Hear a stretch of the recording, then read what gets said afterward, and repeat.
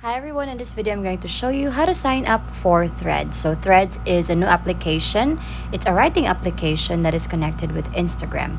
So all you have to do is to go to your App Store or your Play Store and download Threads and Instagram app. Once you have downloaded it, tap open.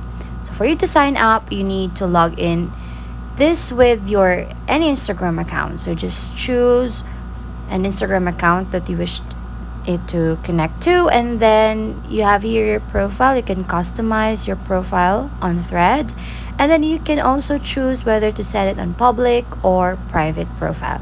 Once you're done, then tap next. The next part is you're going to choose who to follow. So if you wish to follow them all, just tap follow all and click next. Now in this page, you'll be able to see the information on how Thread works, which is a part of Instagram platform, and probably they will use your threads and Instagram information to personalize ads and other experiences across Threads and Instagram.